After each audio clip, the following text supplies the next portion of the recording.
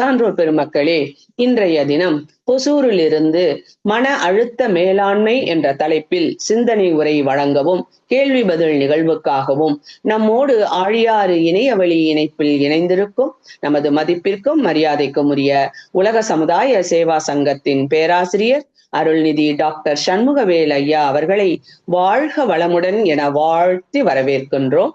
நிகழ்ச்சிக்கு செல்வதற்கு முன்பு ஐயா அவர்களை பற்றிய அறிமுக உரையை அன்பர்களிடம் பகிர்ந்து கொள்வதில் பெருமகிழ்ச்சி அடைகின்றோம். பெருமதிப்பிற்கும் மரியாதைக்கும் உரிய பேராசிரியர் டாக்டர் சண்முகவேல் ஐயா அவர்கள் கடந்த 18 வருடங்களாக தன்னை மனவளக்கலையில் இணைத்துக் கொண்டு சிறப்பாக தொண்டாற்றி வருகிறார்கள். ஐயா அவர்கள் மருத்துவத்தில் MBBS, MS, FAIS, FICS என பல பட்டங்களை பெற்ற பெருமைக்கு உரியவர்கள். மேலும் யோகமும் மனித மாண்பும் கல்வியில் MSc படித்துள்ளார்கள். ஐயா அவர்கள் ஒசூர் மனவளக்கலை மன்ற அறக்கட்டளையின் அறங்காவலராகவும் ஆழியார் அறிவு திருக்கோயிலின் அறங்காவலராகவும் சிறப்பாக தொண்டாற்றி வருகிறார்கள். மேலும் ஐயா அவர்கள் பெங்களூரு கேன்சர் இன்ஸ்டிடியூட்டில் மருத்துவ சேவை செய்து வருகின்றார்கள். Vethathiri education training and research இன்ஸ்டிடியூட்டில் அறங்காவலராக திறம்பட சேவை செய்து வருகின்றார்கள். வேதாத்திரிய சேவையையும் மருத்துவ சேவையையும் தனது இரு கண்களாக நினைத்து தொண்டாற்றி வரும் ஐயா அவர்கள் இணைய வழி இணைப்பின் மூலம் வேதாத்திரிய சிந்தனையையும் பல்கலைக்கழகங்கள் நடத்தும் பல்வேறு வேதாத்திரிய பட்ட படிப்புகளுக்கான வகுப்புகளையும் மிக சிறப்பாக நடத்தி தொண்டு செய்து வருகிறார்கள். இத்தகைய சிறப்புகள் வாய்ந்த ஐயா அவர்கள் மன அழுத்த மேலாண்மை என்ற தலைப்பில் சிறப்பான சிந்தனை உரையை வழங்கி கேள்வி பதில் நிகழ்வை நடத்த உள்ளார்கள். உங்கள் அனைவரின் சார்பாக ஐயா அவர்களை வாழ்த்தி வணங்கி வரவேற்கின்றோம். வாழ்க வளமுடன் ஐயா. வாழ்க வளமுடன் அம்மா. நான் பேசுறது கேக்குதுங்களா? கேக்குதுங்க ஐயா. ஒரே நிமிஷம், நான் என்னுடைய PPT ஷேர் பண்ணிக்கிறேன்.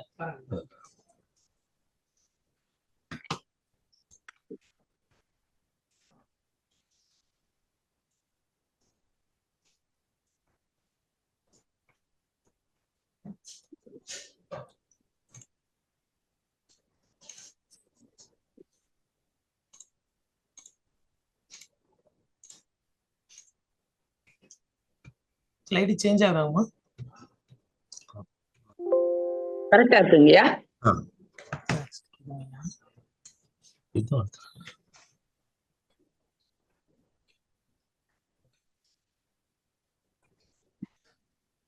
வாழ்க வளமுடன்மா.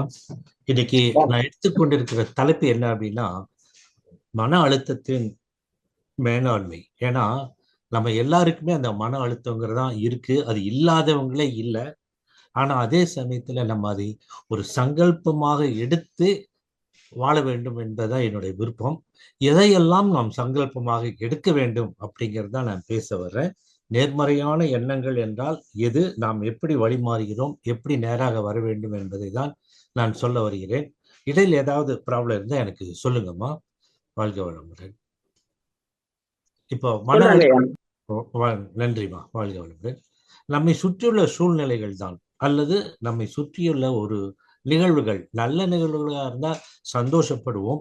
நல்ல நிகழ்வுகள் இல்லாமல் இருந்தாலே நமக்கு மனது ஒரு வகையான அழுத்தத்திற்கு போகும். அந்த ஒரு உணர்வு தான் மன அழுத்தம் அப்படின்னு சொல்லுவோம். நம்ம மன அழுத்தம்ங்கிறது நம்ம எப்படி பாதிக்குன்னா, மனதுக்கு அடியில 90% இருக்கும், வெளியே ஒரு 10% தான் வெளியே தெரியும், மனதுக்கு தெரியும். அந்த 10% நம்மை அழுத்தி விடக்கூடிய ஒரு நிலைமையில் இருக்கிறது. அப்போ இது நம்மை தாக்கி நம்மை மன ரீதியாகவோ அல்லது உடல் ரீதியாகவோ பாதிக்கலாம். ஆனால் அதிக அளவு மன அழுத்தம் நம் உடலையும் மனதையும் பாதிக்கும். ஒரே ஒரு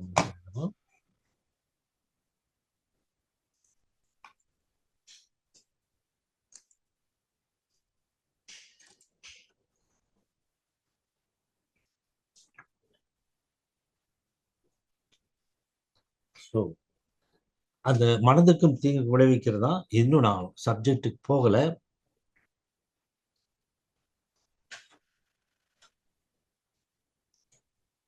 ஒரு நிமிஷம்.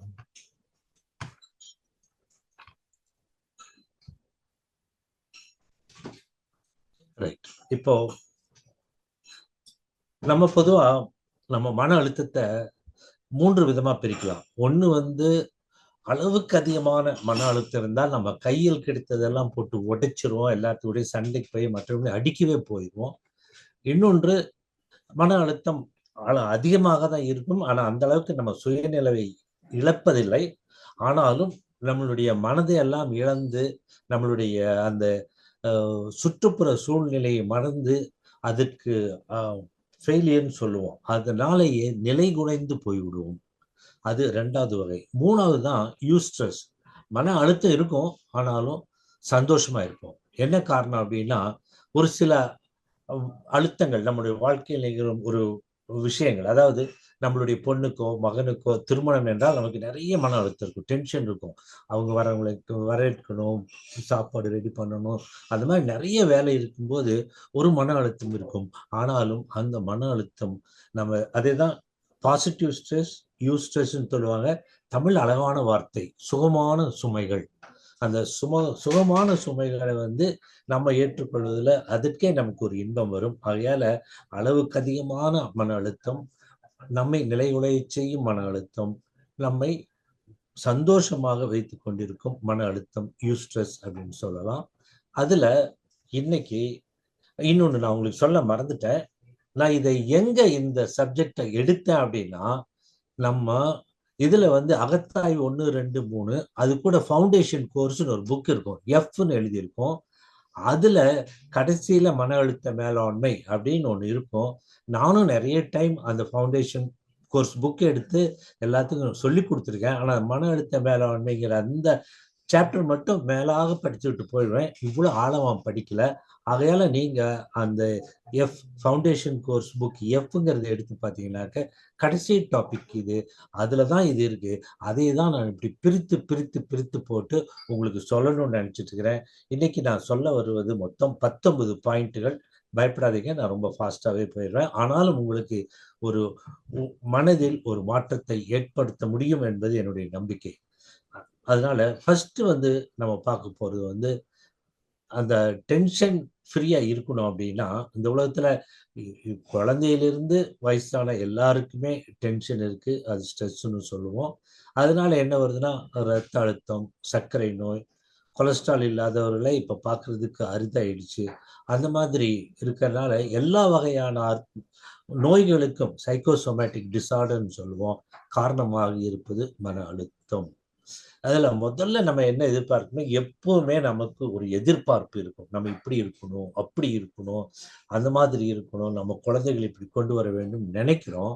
ஆனா அந்த அளவுக்கு நம்மளுடைய பொருளாதார வசதி இருக்கிறதா, நமக்கு திறமை இருக்கிறதா, நமக்கு சொந்த தகுதி இருக்கிறதா, இதற்கான வழிமுறைகள் இருக்கின்றன என்ற ஒரு பயம் நமக்கு வந்து விடுகிறது. அந்த எதிர்பார்ப்புகள் வரும் பொழுது, இந்த பயம் வரும் பொழுது நாம் நினைப்பதெல்லாம் நிச்சயம் நம்மால் அடைய முடியும் என்று முதலில் என்ன செய்ய வேண்டுமோ அந்த முதல் படியை எடுத்து வைக்க வேண்டும். முடிவை பற்றி யோசிக்காதீங்க, ஆரம்பத்தை யோசித்து முதல் படியில் எடுத்து வையுங்கள். அதான் போராடும் குணம்.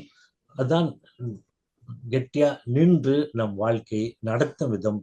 எதிர்பார்ப்புகள் நமக்கு முதல்ல ஆனா யோசிக்கணும், நம்மளுடைய பொருளாதாரத்துக்கும் தகுதிக்கும் உட்பட்டதாய் என்று யோசித்து, உட்பட்டது என்றால் நாம் முதல் படியை எடுத்து வைக்க வேண்டும் என்பதுதான் எதிர்பார்ப்புகள்.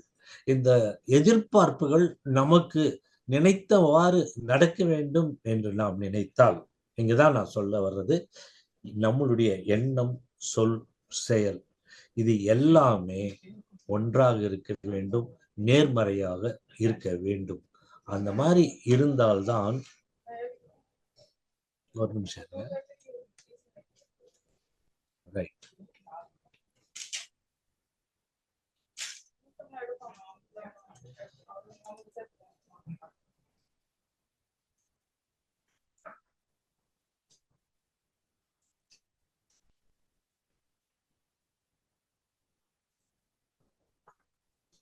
ரைட். இந்த எண்ணம், சொல், செயல், ஒரே நிமிஷம் இருங்க.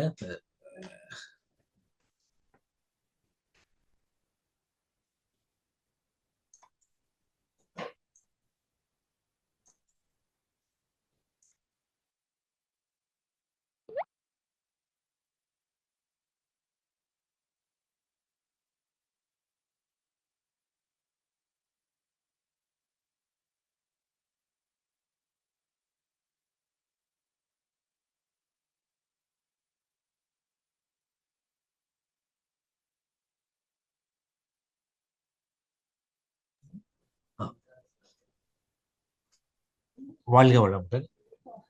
நான் இந்த ஸ்லைடு என்னோட தெரியாம இருக்கிறதுனால தான் கொஞ்சம் அட்ஜஸ்ட் பண்ண வேண்டியது இருந்தது. இப்பொழுது அட்ஜஸ்ட் பண்ணிட்டேன். ரைட்.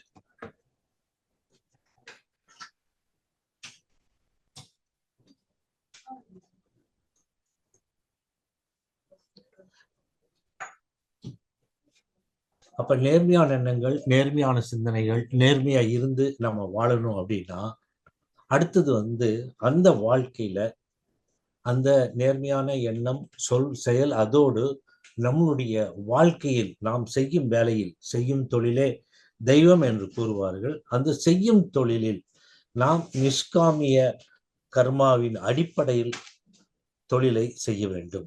அதனுடைய அதனுடைய முக்கிய முடிவு என்னன்னா, உன்னுடைய தொழிலை சரியாக செய், நியாயமாக செய், ஆனால் அதன் பலனை பற்றி கவலைப்பட வேண்டாம். அந்த செயலின் முடிவை பற்றி நாம் ஆசைப்பட்டு நமக்கு இப்படிதான் வரணும்னு சுயநலமாக நினைத்தால் அது நடக்காது. முடிவை பற்றி கவலைப்படாமல் நேர்மையாக, நியாயமாக, மற்றவர்களுக்கு உதவும் வழியில் நாம் செய்து கொண்டே இருக்க வேண்டும். இந்த இடத்துல நான் ஒரு எக்ஸ்ட்ரா வார்த்தை சொல்றேன். அதாவது 2 வார்த்தை இருக்கு. இந்த வேலையை செய்தால் எனக்கு என்ன கிடைக்கும் அப்படின்னு ஒரு அந்த நம்மளுடைய செல்ஃபிஷ்னஸ், அந்த இதுல நம்ம போனோம்னா அது நடக்காது. ஆனால் இந்த வேலையில் நான் எவ்வாறு செய்து, எவ்வாறு நான் அதை இன்னும் சிறப்பாக செய்து மற்றவர்களுக்கு உதவ முடியும் என்று நினைத்தால் அது மிகவும் சிறப்பாக நடக்கும். ஆகையால எனக்கு என்ன கிடைக்கும் அப்படின்னு போனீங்கன்னா எதுவுமே கிடைக்காது. ஆனா என்னால் என்ன உதவி செய்ய முடியும் என்ற எதிர்பார்ப்பு இல்லாமல், பலன்கள் இல்லாமல் நாம் செய்ய நினைத்தால் நிச்சயமாக அது நிஷ்காமிய கர்மாவின் முக்கிய பணியாக இருக்கும். அதன் பலன் நமக்கு எப்பொழுதுமே, ஏன்னா இறைநீதி எப்பொழுதுமே தப்பாது, நமக்கு எப்பவுமே பாசிட்டிவா இருக்கும். இது என்னுடைய பர்சனல் லைஃப்ல நான் தினமும் பார்த்து கொண்டிருக்கும் ஒரு செயல். அதேதான் பகவத்கீதையும் சொல்லியிருக்காங்க, பலனை எதிர்பாராதே செயலாற்றுவது. அப்படி செயலாற்றினால் மன அமைதிக்கும் ஆன்மீக வளர்ச்சிக்கும் கர்ம வினைகளில் இருந்து விடுதலை பெறவும் சிறந்த வழி. அதனால இந்த நிஷ்காமிய கர்மா, பலனை எதிர்பார்க்காமல் நம்மளுடைய கடமையை நேர்மையாக மற்றவர்களுக்கு நல்லது வரும் வகையில் செய்வதுதான் கர்மயோகம். இந்த கர்மயோகத்தின் அடிப்படை இங்கு செயல், பேச்சு, சிந்தனை ஆகியவை நேர்கோட்டில் அந்த சுயநலம் இன்றி அப்படிங்கிறத நிஷ்காமிய கர்மா. அந்த சுயநலம் இன்றி இருக்கும் வாழ்க்கையே நமக்கு நேர்மறையான வாழ்க்கையாக இருக்கும். நாம் இவ்வாறு தான் வாழ வேண்டும். அதனால நேர்மையான எண்ணங்கள் அப்படின்னா பாசிட்டிவா இருக்கணும், அந்த சிந்தனையோடு இருக்க வேண்டும். எதிர்மறையான எண்ணங்கள் நம்மை நிம்மதியாக்கிவிடும். இந்த எண்ணங்கள் என்னென்ன நான் மறுபடியும் சொல்லுவேன். நிச்சயமாக நம்மளுடைய மனதை மாற்ற வேண்டும். அதுக்குதான் சொல்லுவாங்க, என்னன்னா நாம் நம்மளுடைய மனதை மாற்றாமல் ஒரு செயலிலேயே இருந்தால் எண்ணியர் எண்ணியாங்க எய்துவர், எண்ணியர் திண்ணியராக பெறின் அப்படின்னு சொல்லுவாங்க. என்னன்னாக்க எண்ணத்தை செயல்படுத்துவதில் நாம் உறுதியுடையவர்களாக இருந்தால் நாம் என்ன நினைத்தோமோ அதை நிச்சயம் அடைந்தே தீர்வோம். அதுதான் எனக்கு ரொம்ப பிடிச்சது. எண்ணியர் எண்ணியாங்க எய்துவர், எண்ணியர் திண்ணியர் ஆக பெறின் என்பது. ஆகையால் இது வாழ்க்கைக்கு மிகவும் முக்கியமானது. இந்த பாசிட்டிவ் மைண்டோடு தான் நாம் நடக்க வேண்டும். நெகட்டிவ் என்ன? ஐயோ இது என்னால முடியாது, ஐயோ இதை என்னால சரி செய்ய முடியாது, நான் ஒரு யூஸ்லெஸ், எனக்கு எந்த தகுதி இல்லை, மற்றவங்க யாருமே என்னை விரும்புறது இல்லை, நான் ரொம்ப பலவீனமானவன், எனக்கு இது ஒரு சுமையாக இருக்கிறது அப்படின்னு நினைச்சீங்கன்னா இந்த விஷயங்கள் எதுவுமே நடக்காது. ஒரே ஒரு வார்த்தை தான், என்னதான் ஆச்சுனாலும் நான் ஒரு நல்லதுக்காக தான் செஞ்சிட்டு இருக்கிறேன், என்னுடைய முயற்சியை நான் ஆரம்பிக்கிறேன் என்று ஆரம்பிக்கிறதான் நேர்மறையான எண்ணங்கள். இந்த மாதிரி எதிர்மறை எண்ணங்கள் நமக்கு நம்மை அழித்து விடக்கூடாது, நம்மளுடைய முன்னோட்டத்தையும் தடுத்து விடும். முன்னோட்டத்தை தடுத்து அது அழித்தே விடுகிறதுங்கிறதா நெகட்டிவ் எண்ணங்கள். அதனால் நெகட்டிவ் எண்ணங்கள் வரும்பொழுது யோசிச்சு சிறிது நாடு பயிற்சி செய்து தியானம் செய்து மனதை நேர்மறை சிந்தனைக்கு கொண்டு நாம் அதில் பயணப்பட வேண்டும். அப்போ நேர்மறையாக பார்க்கும் சிந்தனை, அதுல இந்த முடியும், அதாவது எனக்கு ஏதாவது ஒரு கஷ்டமான சிந்தனைகள் வரும்பொழுது என்னால் இது முடியும் அப்படின்னு நான் நினைப்பேன். என்னால் முடியும் அப்படின்னு நினைக்கிற அந்த வார்த்தை சுற்றுப்புறத்திலிருந்து அதிர்ஷ்டமாக எனக்கு வந்து கிடைக்கிறது. அந்த நேர் நிறையாக இருக்கும் பொழுது, நாம் எண்ணம் சொல் செயலில் சரியாக இருக்கும் பொழுது, நம்மை சுற்றி நடக்கும் விஷயங்களில் நிறையவை நமக்கு அதிர்ஷ்டமாகவே வந்து முடிகின்றன என்பதுதான். ஏன்னா அது என்னால முடிக்கவே முடியாது, நல்லா தெரியும். ஆனா நான் முயற்சி செல்லும் போது அது முடியும் அப்படின்னு நான் முடிக்கும் பொழுது அதுக்கு மூல காரணமாக இருக்கிறது அந்த அதிர்ஷ்டம்.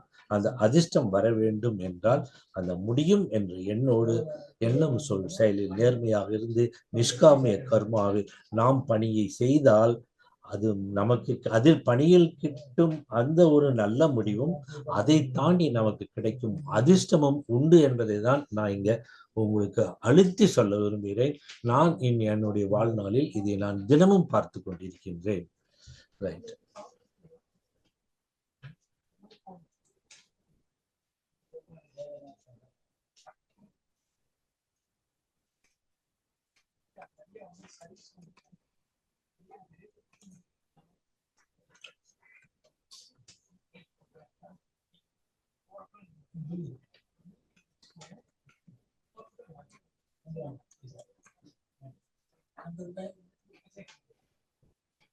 அப்ப முடியும் அப்படிங்கிறதுல இருந்து நேர மேலாண்மை. இப்போ முடியும் அப்படின்னு வந்துட்டோம். அப்புறம் இன்னொன்னு என்ன வந்ததுன்னா 24 மணி நேரம் நமக்கு பத்தல, நமக்கு நேரமே இல்லை அப்படிங்கிற ஒரு நிலை வருது. அது மனக்குழப்பத்திற்கும் மன அழுத்தத்திற்கும் அது நேரமின்மை இல்லைங்கிறதா நம்ம சொல்லிட்டே இருப்போம். ஏன்னா நம்ம முடியாததுக்கு வந்து அது ஒரு எக்ஸ்கியூஸாகவும் சொல்லிக்கொண்டு கொடுத்துட்டு தான் இருக்கிறோம். ஆனா யாரெல்லாம் நேரத்தை சரியாக உபயோகப்படுத்துகிறார்களோ அவர்களுக்கு நிச்சயம் வெற்றி கிடைக்கும். பொறுமையாக காத்திருக்க வேண்டும் அப்படிங்கிறது தான் உண்மை. அவசரப்பட்டா நமக்கு எது கிடைக்காது. இந்த காலத்துல எல்லாம் என்னன்னா இன்ஸ்டன்டா கிடைக்கணும். Instant coffee, instant rava, instant idli, அந்த மாதிரி போட்ட உடனே கிடைக்கணும். ஆனா பொறுமையா இருந்து அதை சாதிப்போம் என்கின்ற மனம் நாம் அதை கொண்டு வர வேண்டும் என்பதுதான். அப்போ ஒரு நாள் அப்படிங்கிறது வெறும் 24 மணி நேரம் தான். அதில் தான் நாம் சாதித்து காமிக்க வேண்டும். அதை நாம் எவ்வாறு பயன்படுத்துகிறோம் என்பதில் தான் நம் வெற்றியோ தோல்வியோ இருக்கிறது. அதுக்கு திருவள்ளுவர் சொன்னது என்ன? ஞாலம் கருதினும் கைகூடும், காலம் கருதி இடத்தால் செய்யும். உலகத்தையே அடைய வேண்டும் என்று நினைத்தாலும் அது அந்த ஒரு தகுதியான காலத்தை கருதி இவரால் இதை செய்ய முடியும் என்று ஆராய்ந்து அந்த காலத்தோடு நாம் இணைந்து செய்யும் பொழுது அது அனைத்தும் நமக்கு கிட்டும் என்பதுதான் இந்த குறள். ஞானம் கருதினும் கைகூடும், காலம் கருதி இடத்தால் செய்யும். இந்த எப்ப நமக்கு காலம் வருது, எப்ப செய்யணுங்கிறது வந்து சில நேரத்துல நமக்கு தெரியாது. ஆனால் நான் என்ன செய்வேன்னா என்னுடைய கடமையை நான் என்ன செய்யணுமோ அதை செய்து கொண்டே இருப்பேன். அந்த செய்து கொண்டிருக்கும் பொழுது என் மனதில் ஒரு ஆழமான ஒரு விதையை விதைப்பேன். இந்த மாதிரி இருந்தால் நல்லா இருக்கும், இந்த மாதிரி இருந்தால் உலகம் நல்லா இருக்கும், இந்த மாதிரி இருந்தால் எல்லாரும் நல்லா இருப்பார்கள் என்ற எண்ணத்தை விதைத்து நான் அவ்வாறு செய்யும் பொழுது அது கை கூடுகிறது. ஏன்னா ஞானம் கருதினும் கை கூடும், காலம் கருதி இடத்தால் செய்யினா அந்த காலம்ங்கிறது நமக்கு என்னன்னு தெரியாம போகுது. அதனால காலம் என்பது வேண்டாம். உங்கள் கடமையை செய்யுங்கள், உங்களுக்கு வரவேண்டியது நிச்சயமாக வந்து சேரும். அப்ப சரியா திட்டமிடல் வேண்டும். என்னன்னா இதுல முக்கியமா அட்டவணைப்படுத்தி வரிசைப்படுத்தி இமீடியட்டா என்ன செய்யணும், அடுத்தது என்ன செய்யணும், எதிர்காலத்தில் நாம் எதை அடைகிறோம் அப்படிங்கிற அட்டவணைப்படுத்தி நாம் எதை செய்ய வேண்டும், பிறரை கொண்டு எதை செய்ய வேண்டும், எப்படி செய்தால் அந்த செயலை எளிதாக செய்ய முடியும், எப்படி செய்தால் நம் நேரத்தை வீணாக்காமல் உதவ முடியும் என்பதை திட்டமிட்டு செய்ய வேண்டும். அதனாலதான் அடுத்த திருக்குறள் என்ன சொல்லுது? இதனால் இவன் முடிக்கும் என்றாய்ந்து அதனை அவன் கண் விடல். அதாவது ஒரு சில விஷயங்கள் நம்மால் முடியாது, நம்ம கூட இருக்கிறால் முடியும். அதை அவர் வீட்டை கொடுத்து செஞ்சு ஷேர் பண்ணிக்கிறதுனால நம்மளால் முடியும். இப்போ இந்த கார்பரேட் கம்பெனிஸ்ல எல்லாம் அந்த மாதிரிதான். ஒருவரே எல்லா வேலையும் செய்யக்கூடாது, அவங்க வேலையை செய்யணும். அந்த மற்றவர்கள் செய்ய வேண்டியவர்களுக்கு இருந்தால் அந்த வேலையை அவர்களுக்கு கொடுத்து அவர்களிடமிருந்து வேலையை வாங்க வேண்டும் என்பதுதான் அதனால நான் முன்னெல்லாம் நான் என்ன பண்ணேன்னா அத்தனை வேலையும் நானே செஞ்சுட்டு இருந்தேன். மற்றவங்களை நம்பாம இருந்தேன். ஐயோ அவங்களால முடியாது, இவங்களால முடியாது, இவங்க சரியா செய்ய மாட்டாங்க, நான் செஞ்சாதான் கரெக்டா வரும் நான் நினைச்சிட்டு இருந்தேன். ஆனா இப்ப எனக்கு கீழே மேனேஜர்ஸ் இருக்காங்க, எங்க ஹாஸ்பிட்டல் சிஸ்டர்ஸ் இருக்காங்க.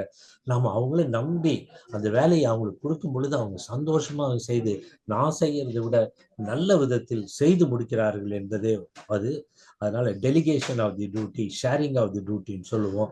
அது நம்ம தைரியமா கொடுக்கலாம். கொடுக்க அவர்களுக்கு நம்ம மேல் ஒரு நம்பகத்தன்மை அதிகமாகும் பொழுது அந்த செயல்திறன் அதிகமாகிறது. அடுத்தது, சரியான நேரத்தையும் இடத்தையும் தேர்ந்தெடுத்து செயல்பட்டால் உலகம் முழுவதும் நம் வசமாக நினைத்தாலும் அது நிறைவேறுங்கிறது தான் இதனுடைய முடிவே. ஆகையால் இதற்கு தடையாக இருக்கிறது என்னன்னு பார்த்தா நம்மளுடைய தன்மதிப்பு, ஈகோ. இதுதாங்க நம்ம ஃபர்ஸ்ட் அழிக்கிற ஒரு இது. நம்மள அறியாமே நமக்குள்ள ஒரு இது இருக்கு, நான் தான் அப்படின்னு, எனக்கு மீறியதா, எனக்கு தெரியாததா, மற்றவங்களால முடியாதது, எனக்கு தான் எல்லாம் தெரியும் அப்படின்னா அந்த அகங்காரமும் மற்றவர்களை பற்றிய சந்தேகமும் ஆகும். நான் தான் கொண்டிருக்கும் கருத்துகள் தவறானவை என்று பலர் ஒப்புக்கொள்ள மாட்டார்கள். நான் கூட ஒப்புக்கொள்ளாம ஒரு காலத்தில் இருந்தேன். அவருடைய ஈகோ, அதாவது நம்மளுடைய தன்மானம் அதை விட்டாது. அது எப்படி அப்படிங்கோ, அப்போ அந்த நமக்கு மன அமைதியா இருக்காது, எப்பவும் டென்ஷனா இருக்கும், நம்ம தோற்று விடுமோ என்ற ஒரு பயமும் உள்ள இருக்கும். ஆனா இந்த ஈகோவை நாம் எடுப்பது என்றால் மனவள பயிற்சிகளும் தத்துவ விளக்கங்களும் ஈகோ எனும் தன்முனைப்பு கையாள பெரிதும் உதவியாக இருக்கும். அகத்தாய்வு நிச்சயம் உதவியாக இருக்கும். நம் தன்முனைப்பை விட வேண்டும். நான் எப்படி என்னுடைய தன்முனைப்பை விடுகிறேன் என்றால், இந்த பிரபஞ்சத்தை படைத்த அதே இறை சக்தி தான் இந்த உலகத்தில் அனைவரையும் படைத்துள்ளது. என்னுள் இருப்பதே தான் மற்றவர்களிடம் இருக்கின்றது. ஆகையால் நான் யாருக்கும் உயர்ந்தவனும் இல்லை, நான் யாருக்கும் தாழ்ந்தவனும் இல்லை, மற்றவர்களும் எனக்கு தாழ்ந்தவர்கள் இல்லை, எல்லோரும் எனக்கு சமமானவர்கள் என்று நினைத்து அவர்களோடு நான் பழகும் பொழுது என்னுடைய அந்த தன்முனைப்பு என்பது அதாகவே மறைந்து விடுகிறது. இதுதான் தன்முனைப்பு அப்படிங்கிறதுக்கு இந்த குரங்கு தான் சொல்லுவாங்க. அதாவது ஒரு குரங்கு ரொம்ப ஆடிட்டு இருந்தது. அந்த குரங்கு எப்படிடா பிடிக்கணும்னு நினைச்சாங்க. ஒரு பாட்டில்ல கை மட்டும் போற அளவுக்கு இருக்கிற பாட்டில்ல உள்ள வாழைப்பழத்தை போட்டு வச்சாங்க. அது வாழைப்பழத்தை பிடிச்சிட்டு எடுக்கும்போது வாழைப்பழம் தடுக்கும். இந்த குரங்கு என்ன பண்ணணும், அதனுடைய ஈகோ, நான் எடுக்க முடியும்னு அந்த வாழைப்பழத்தை எடுக்கும் பொழுது கை மாட்டிக்கொள்ளும். அப்ப அந்த யாரு அந்த வாழைப்பழத்தையும் அந்த பானையும் வைத்தாலும் அந்த குரங்கை பிடித்து விடுகிறார்கள். அப்ப அந்த குரங்கு மாட்டிக்கிறதுங்கிறது தான் இது. இதுக்கு இங்கிலீஷ்ல சொல்ற ஒரு வார்த்தை லெட் கோ. இந்த லெட் கோங்கிறது நீங்க கூகுள்லயும் படிங்க, விட்டு விடு. அதாவது ஒரு சில விஷயங்களில் நாம ரொம்ப பிடிவாதமா இல்லாம கொஞ்சம் விட்டு கொடுத்து பார்த்தோம்னா புதிய வழிபாதைகள் கிடைக்கும். அந்த லெட் கோ பிரின்சிபிளை நாம் செய்ய வேண்டும். இல்லை என்றால் இந்த குரங்கு மாதிரி நாம் சிக்கி கொண்டு விடுவோம் என்பதுதான் உண்மை. அப்போ நம்ம எல்லா விஷயங்களையும் விட்டு பழகுவதற்கு பழகிவிட்டோம். அடுத்தது என்ன வேணும்? தன்னம்பிக்கை.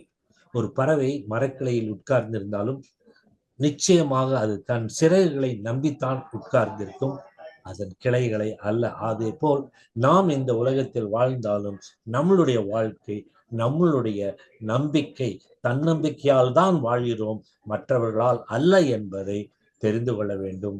மறுபடியும் அதேதான், நாம உழைக்கும் உழைப்பை உழைத்து கொண்டே இருந்தால் தெய்வத்தால் ஆகாதெனினும் முயற்சிதன் மெய்வருத்த கூலி தரும் என்பதை நாம் உணர வேண்டும். ஆகையால் அந்த தன்னம்பிக்கை இருக்க வேண்டும். அந்த தன்னம்பிக்கையோடு நாம் செயலை செய்யும் பொழுது நம்மளுடைய முயற்சிக்கேற்ற அந்த கூலி கிடைக்கும். ஆனா நான் எப்போ நினைக்கிறேன்னா, அந்த முயற்சிக்கேற்ற கூலியை தாண்டி நாம் எதிர்பாராத நிறைய அதிர்ஷ்டங்களும் நம்மை சேர்கின்றன என்பதுதான் உண்மை. அதே சமயத்தில் நமக்கு சுயபலம், நம்மளுடைய பலம்ங்கிறதே எல்லாம் தெரியாம வச்சுட்டோம். இப்ப யானை பாருங்க, அவ்வளவு பெரிய யானை ஒரு சின்ன கயித்துல கட்டி போட்டிருக்காங்க. அது தன்னுடைய பலம் தெரியாம இந்த மாதிரி நின்றுட்டு இருக்குது. அப்போ நம்மை பற்றி நாம் வைத்திருக்கும் பல கருத்துக்கள், பிறர் நம்மை பற்றி கூறிய கருத்துக்கள் தான். அதாவது மற்றவங்க உன்னால முடியாது, உன்னால ஆகாது, நீ எங்க வளர போற அப்படின்னு சொல்ற அந்த நெகட்டிவ் விஷயங்கள் தான் நம்ம கிட்ட இருக்குமே.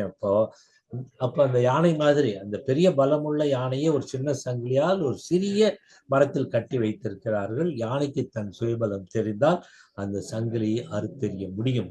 ஆனால் அது அப்படி செய்யாமல் இருப்பதற்கு முக்கிய காரணம் அதற்கு தன் பலத்தின் மேல் தெரியாதுங்கிறத விட தன் பலத்தின் மேல் இருக்கும் சந்தேகமும் தான். நம்மளால முடியுமா அப்படிங்கிற ஒரு மிகப்பெரிய, அதை விட்டு விட்டு என்னால் முடியும் என்று ஆரம்பிக்க வேண்டும், முயற்சியை தொடர வேண்டும் என்பதுதான்.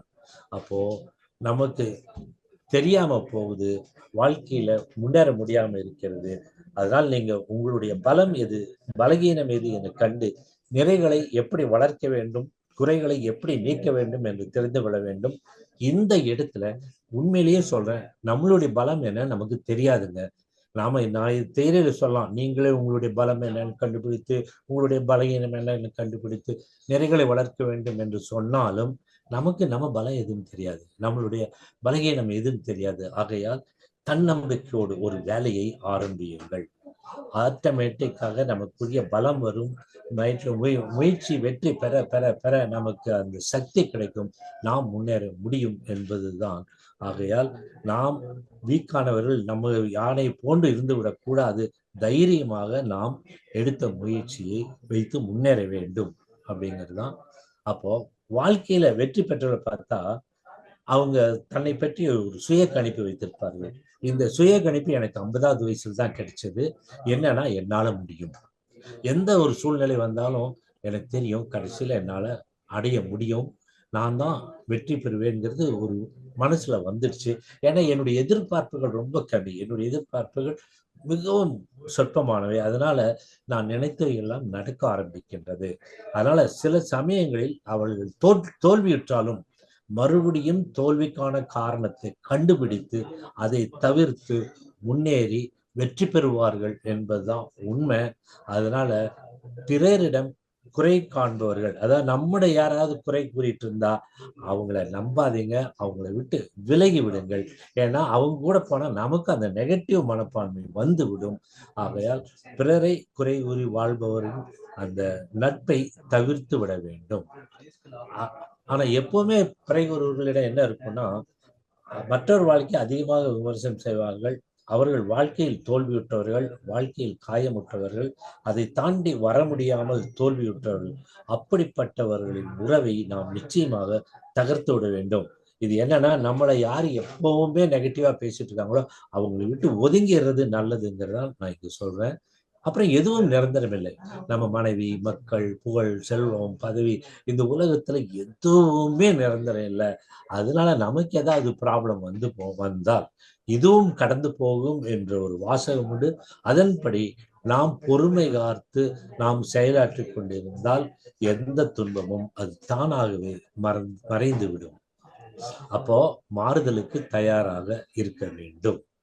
மனக்குழப்பத்திற்கு முக்கிய காரணங்கள் ஒன்று, மாறுதலுக்கு நம்மை தயார்படுத்திக் கொள்ள மறுப்பதுதான். நாம் மாற்றத்துக்கு ரெடியாக இருப்பது இல்லை.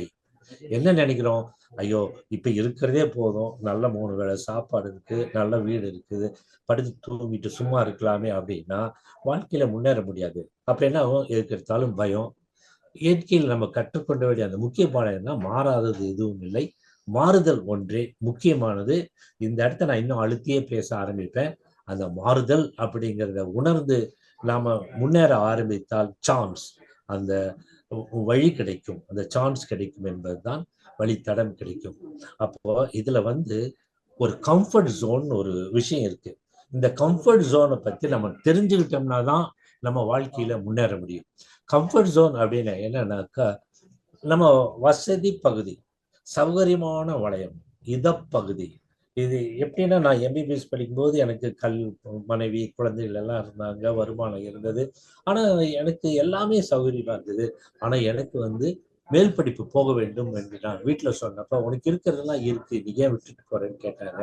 இல்லை, நான் அதுக்கு போகணும்னு தைரியமா, ஏன்னா அதில் போனாதான் இன்னும் முன்னேற்றம் இருக்கும் என்று தைரியமாக நான் காலடி எடுத்து வைத்தேன்.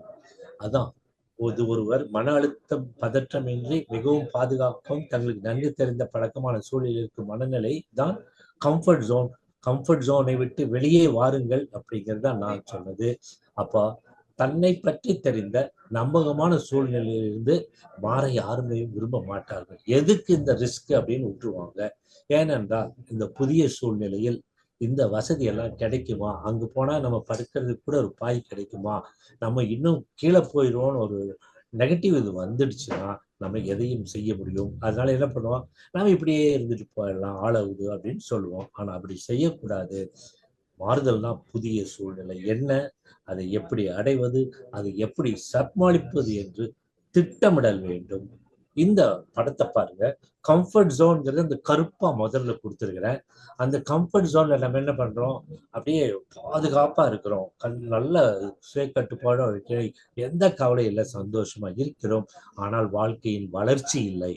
அப்போ வாழ்க்கையின் வளர்ச்சிக்கு நாம் முன்னெடுக்கும் பொழுது முதல்ல வர்றது என்ன, மனசுல ஒரு பயம்.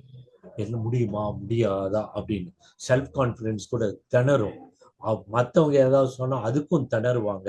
ஆனால் அந்த பயத்தையும் தாண்டி நாம் ஒரு செயலை செய்ய ஆரம்பித்தால் அந்த செயலை பற்றிய புதிய விஷயங்கள் அனைத்தையும் கற்றுவிடுவோம். அதில் வரும் ப்ராப்ளத்தை எவ்வாறு சால்வ் பண்ணுவது என்றும் கற்றுவிடுவோம். அப்போ நாம் அந்த கம்ஃபர்ட் ஜோன்கிறத இன்னும் அகலமாக பெரிதாக பண்ணிவிடுவோம். இந்த மாதிரி அந்த புதிய தொழிலை கற்று புதிய வாழ்க்கை வாழும் பொழுது தான் உண்மையான குரோத் ஜோன். நம்ம என்ன நினைக்கிறோமோ அதை அடைந்து விட்டோம். அங்கிருந்து மறுபடியும் புதிய குறிக்கோள்களை வைத்து நாம் நகர வேண்டும். நம்மளுடைய கனவு நனவாகிறது, நம்மளுடைய தன்னம்பிக்கை அதிகமாகிறது. ஆகையால் நாம் துணிந்து வேலை செய்ய செய்ய பிராபங்களை பார்த்து சால்வு செய்ய செய்யதான் நமக்கு தன்னம்பிக்கை அதிகமாகிறது. வாழ்க்கையில் வெற்றி அடைகிறோம், வாழ்க்கையில் முன்னேறுகிறோம். இந்த படத்தை மறந்துடாதீங்க. எப்பவுமே ஒரு புதிய செயலை செய்யும்போது இது பார்த்துங்க.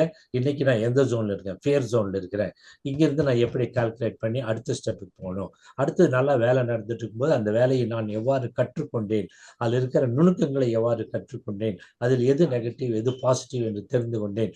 இவ்வாறு தெரிந்து முதிர்ந்த நிலையில் நான் வேலை செய்யும் பொழுது என்னுடைய குரோத் ஜோன், என்னுடைய வளர்ச்சியின் உச்சக்கட்டத்திற்கு என்னால் செல்ல முடியும் என்பதுதான் கம்ஃபர்ட் ஜோன். ஸோ பழக்கத்தை மாற்றிக்கொள்வது எப்படின்னா, நாம் ஒரு தப்பு எல்லாருமே செய்வாங்க. ஆனால் ஒரு தப்பு செய்யும்போது தவறுன்னு தெரிஞ்சிடுச்சுன்னா அதை விட்டு விடணும். அதை விடாமல் திரும்பி செஞ்சால் அது கெட்ட பழக்கம் ஆகிவிடும். கெட்ட பழக்கத்தை விடுவதற்கு என்ன பண்ணணும், மறுபடியும் ஒரு நல்ல பழக்கத்தை மேற்கொள்வது தான் அந்த தீய பழக்கத்தை விடுவது. அது தீய பழக்கத்தை விடுவதற்கு, பழக்கத்தை நல்வழி கொண்டு வருவதற்கு நம்ம அகத்தாய்வு மிகவும் உதவியாக இருக்கும். அப்போ எந்த வேலையை செய்யும் பொழுதும் என்ன இருக்கணும், முதல்ல ஒரு பயம் இருக்கணும். தான்கிற அகங்காரம் வந்துடக்கூடாது. இதுல என்னென்னலாம் இருக்குமோ எப்படி இருக்குமோ என்று மனதை அகலமாக விரித்து ஒரு விஷயங்களையும் கற்று அந்த நன்றாக புரிந்து நாம் முன்னேற ஆரம்பித்தால் நம் பயணத்தில் வரும் அந்த பதற்றம், நடுக்கம், வெறுத்துப்பட்டது இதெல்லாம் முதல் லைட்டா இருக்கும். அதெல்லாம் போய் நம்பிக்கையோடு நாம் முன்னேற ஆரம்பிப்போம். அதற்கு அச்சம் தவிர்த்தல் முக்கியம். நம்மளுடைய பயத்திற்கு முக்கிய காரணம் நம்மளுடைய அறியாமை, நம்ம மேல நம்பிக்கை இல்லாமை. அப்புறம் ஒரு விஷயத்தை ஏற்றுக்கொள்வதற்கு மறுக்கிறது, அதாவது பிடிவாதம். அதனாலதான் நமக்கு பயம் அதிகமாக வருகிறது. இப்போ ஒரு விஷயத்தை ஏற்றுக்கொள்ளணும் அப்படின்னு நினைக்கும் போது என்ன சொன்னோம், அது ஏற்றுட்டா நம்ம மாறிடுவோமோ, ஒரிஜினல் ஸ்டேஜில் இருந்து போயிடுவோமோ, அதனால ஏதாவது கெட்டது நடந்துருமோன்னு நம்ம ஒரு நிலையிலிருந்து இன்னொரு நிலைக்கு மாறுவதற்கு பயப்படுகிறோம். அதனால பயம் இருந்தால் என்ன ஆகும், அது பல பாதிப்புகள் ஏற்படும். அதனால தோல்வி தான் வரும். உடம்பு அதை ஏற்றுக்கொண்டு விட்டதுதான் அர்த்தம். எல்லா வியாதியும் வரும். பயத்தை போக்கி நாம் முன்னேறுவோம் என்ற அந்த நேர்மறையான எண்ணம் நமக்கு இருக்க வேண்டும்.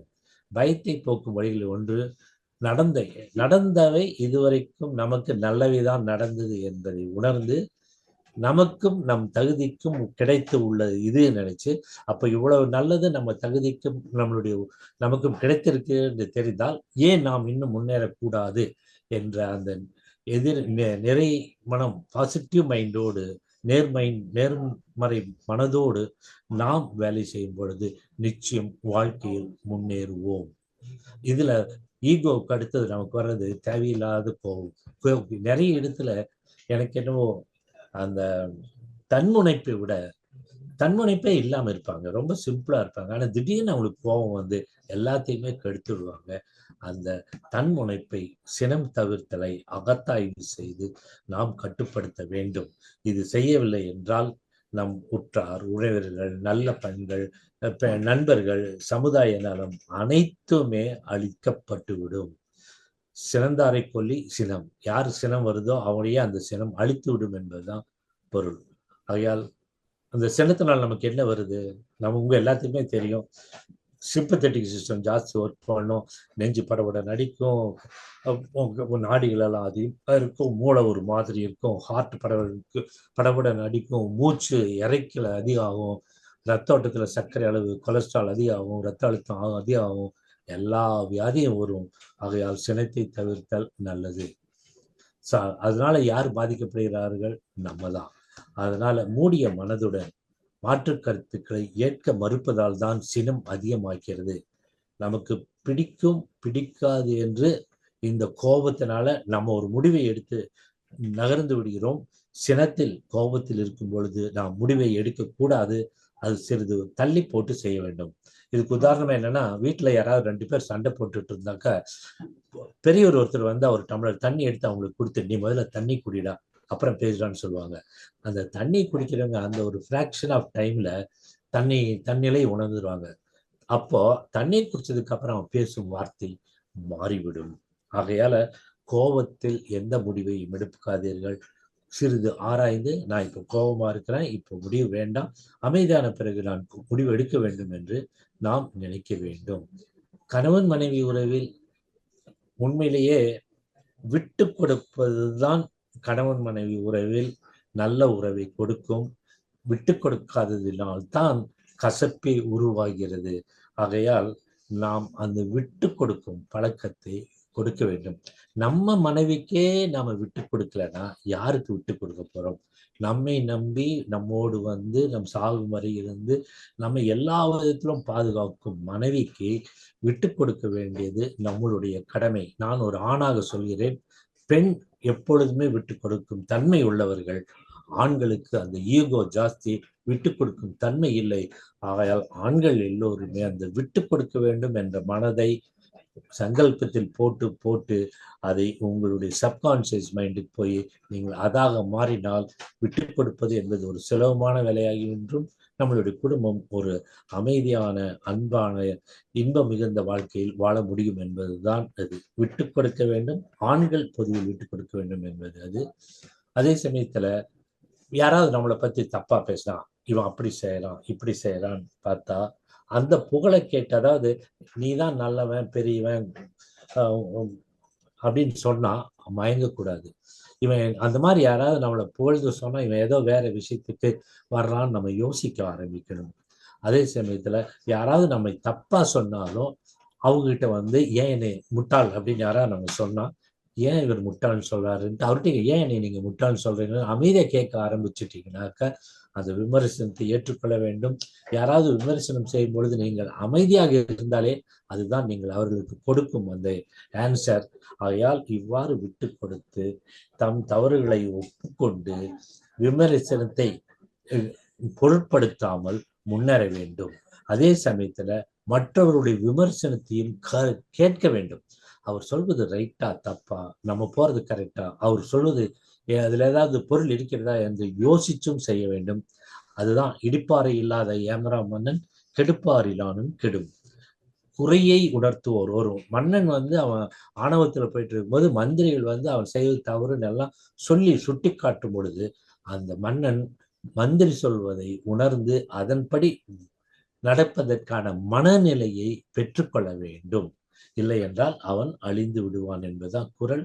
ஆகையால நாமும் மற்றவங்க சொல்றதை கவனிச்சு நெகட்டிவா போகக்கூடாது. அதில் இருக்கும் உண்மைகளையும் பாசிட்டிவான திங்ஸை மட்டும் எடுத்துக்கொண்டு வாழ்க்கையில் முன்னேற ஆரம்பிக்க வேண்டும்.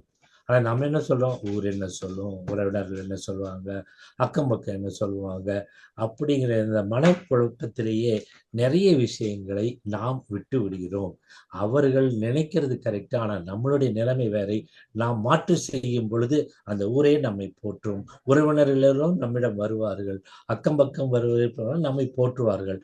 நாம் உயர்வு அடைய அடைய அவர்கள் வாய் மூடப்படும் என்பதுதான் உண்மை.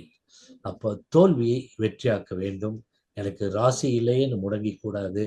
வெற்றியை விட தோல்வியால் ஏற்படுகின்ற வேதனையும் அவமானங்களை கண்டு மனம் அடைந்தவர்கள், மனக்குழப்பம் கொண்டவர்கள் பலர்.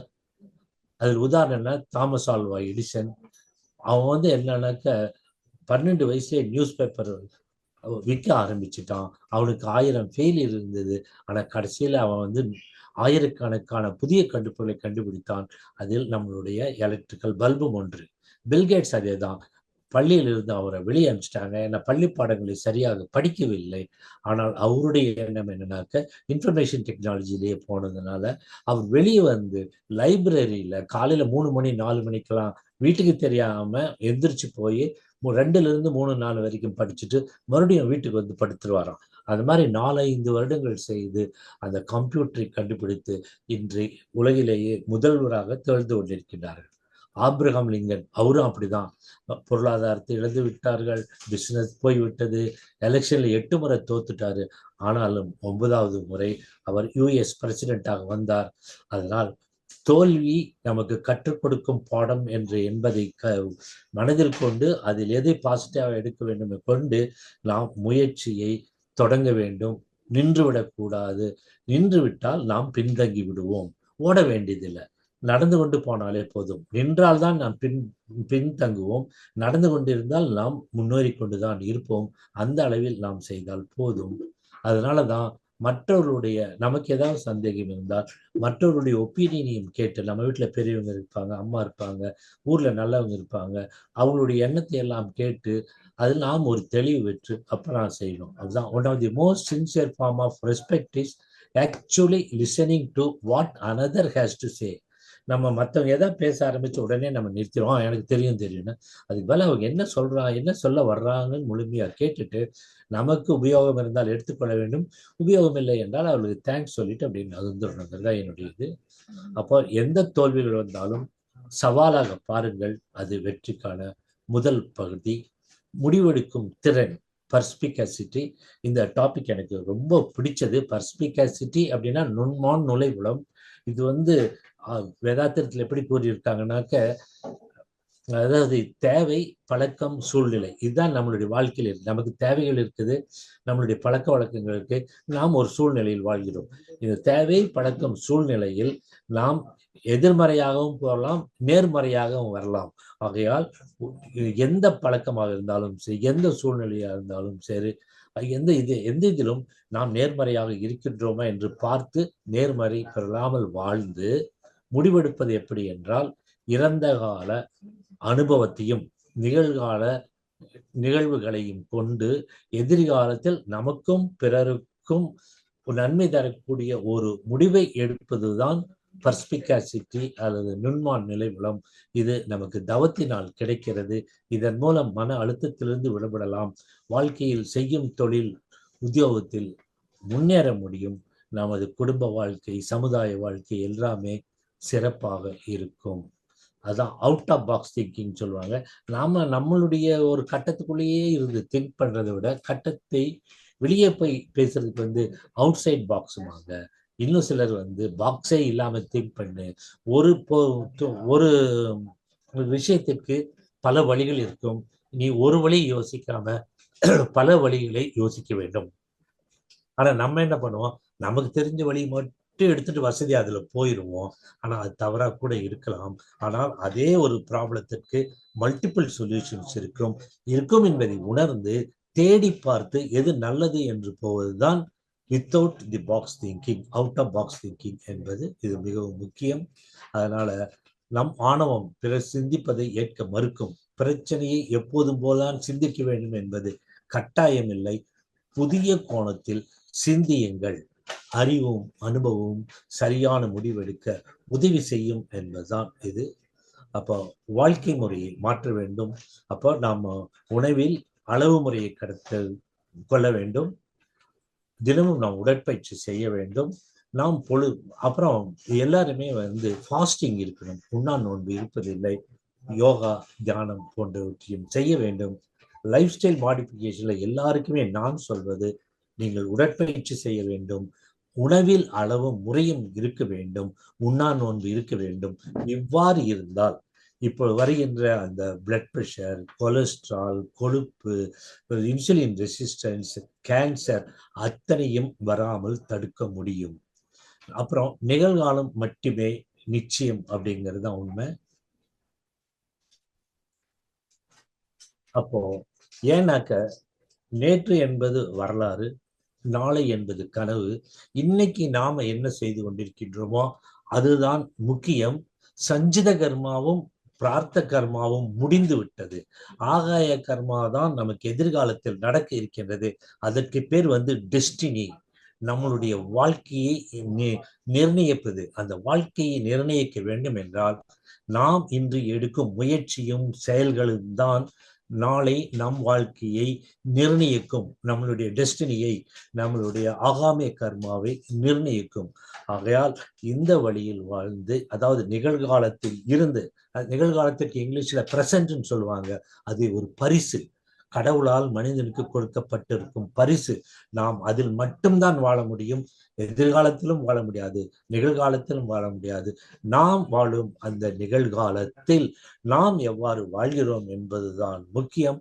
அதுதான் நம்மளுடைய எதிர்கால வாழ்க்கையை நிர்ணயிக்கிறது. அதே போல் நம்முடைய குடும்பத்தினருக்கும் நாம் ஒரு வழிகாட்டியாக இருந்து அவர்களுடைய வாழ்க்கையும் மேலாகுவதற்கு உதவுகிறோம் என்பதுதான் நிகழ்காலத்தை பற்றி நாம் தெரிந்துக்கணும்.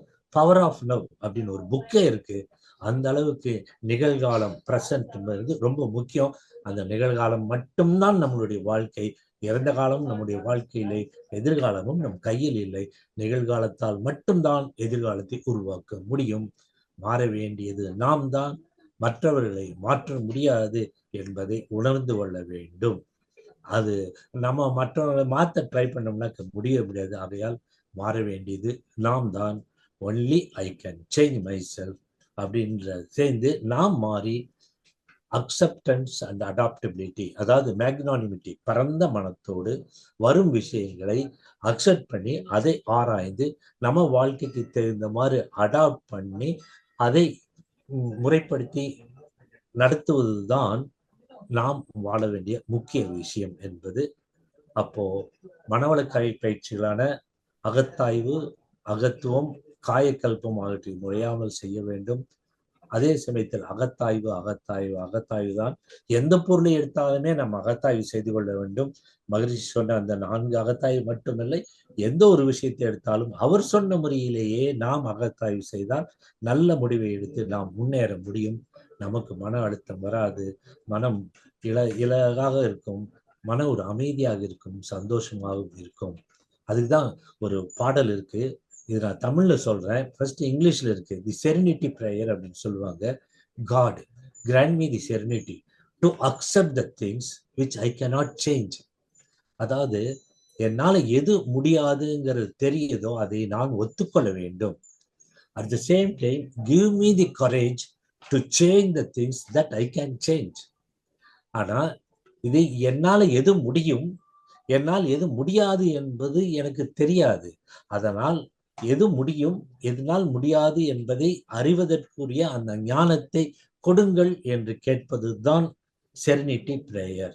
மறுபடியும் சொல்கிறோம், இறைவா, எங்களால் மாற்ற முடியாததை நான் ஏற்றுக்கொள்ள வேண்டும், மனப்பக்குவத்தை கொடு. மாற்றக்கூடியதை மாற்றவும் அதற்கான துணிவையும் எனக்கு கொடு. ஆனால் மாற்ற முடியாதது எது, மாற்ற முடியும் என்பதை பாகுபடுத்தி அறிய அதற்குரிய ஞானத்தையும் தந்தருள்வாய் என்பதுதான் இந்த செரினிட்டி பிரேயர்.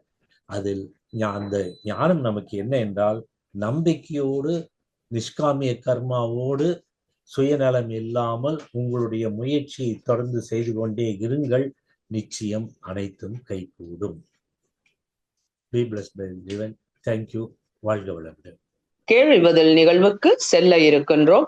ஐயா அவர்கள் நம்முடைய கேள்விகளுக்கு சிறப்பாக பதிலளிக்க இருக்கின்றார்கள். கேள்வி கேட்க விரும்பும் அன்பர்கள் தங்கள் கைபேசியை தாங்களே அன்மியூட் செய்து கொண்டு கேள்விகளை கேட்கலாம். அன்பர்கள் கேள்விகளை சுருக்கமாக கேட்கும் போது அனைவருக்கும் அது பயனுள்ளதாக அமையும் என்பதை அன்புடன் தெரிவித்துக் கொள்கின்றோம். முதல் அன்பராக பழவந்தாங்கலிருந்து ராஜாராமன் ஐயா அவர்களை அன்புடன் அழைக்கின்றோம். ஐயா வாழ்க வளமுடன். வாழ்க வளமுடன் ஐயா. ரொம்ப அருமையான கருத்தரை கொடுத்தீங்க ஐயா. அற வாழ்வு, அறநெறிகள், நிஷ்காமி கர்மம் பத்தி நிறைய ஒரு 3/4 நேரம் பேசிங்க, நல்லா இருந்தது. எனக்கு ஒரு சந்தேகம் என்னன்னா, நிஷ்காமியம் பத்தி நீங்க பேசுனீங்க, ஆனா அதே நேரத்துல ஒரு குரலும் ரெஃபரன்ஸ் கொடுத்தீங்க, எண்ணியாங்கன்னு குரல் கொடுத்தீங்க. ஆமா, எனக்கு என்ன சந்தேகம்னா, இந்த குரல் படிக்கு நிஷ்காமியம் ஒத்து வருமாங்க சந்தேகம் எனக்கு. ஏன்னா இந்த குரல் என்ன சொல்றதுனாக்கா, நினைத்த செயலை காலம் இடம் அறிந்து உறுதியுடன் செய்து வந்தால் நினைத்ததை நினைத்தபடி அடையலாம் அப்படின்னு அடையலாம். நீங்க அது நிஷ்காமியம் நிஷ்காமிய சொல்லிட்டு எப்படி? கர்மாவில் இருந்தால்தான் வரும். நீங்க கெட்ட எண்ணத்தோடு ஒரு கெட்ட விஷயத்திற்கு நடந்தால் நிச்சயம் வராது. எண்ணுபவர்கள் எல்லாத்துக்கும் கிடைக்காதுங்க. எண்ணியர் எண்ணியாங்க எய்துவர், எண்ணியர் திண்ணியராக பெறுங்கிறதுல அந்த எண்ணம் என்பது எப்படி இருக்க வேண்டும் என்றால் நிஷ்காமிய கர்மாவில் இருந்தால்தான் அடைய முடியும். மற்றவனுக்கு கெடுக்கலாம், கொலை பண்ணலான்னு அந்த கெட்ட எண்ணத்தோடு ஒருத்தர் நின்னான்னா கிடைக்காது. ஓகே, எல்லாருமே வழக்கம் கொடுத்தீங்க, நன்றியா. வாழ்க. அடுத்த அன்பராக சங்கர் அவர்களை ஹொசூரிலிருந்து சங்கர் ஐயா பேசுகிறார்கள். ஐயா நீங்க அன்மியூட் செய்துட்டு பேசுங்க ஐயா. சங்கர், வாழ்க வளமுடன் அம்மா. வாழ்க வளமுடன் ஐயா. வாழ்க வளமுடன் சார்.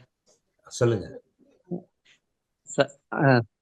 சார். ரொம்ப மிகவும் சிறப்புங்க சார். நம்ம ஒசூர் மண்டலத்துக்கே ஒரு சிறப்பு சேர்க்கிற மாதிரி மிக சிறப்பா எல்லாம் அருட்தந்தையே சூக்குமா உங்களுக்குள்ள இருந்து கொடுக்குற மாதிரி நான் உணர்றேன் சார்.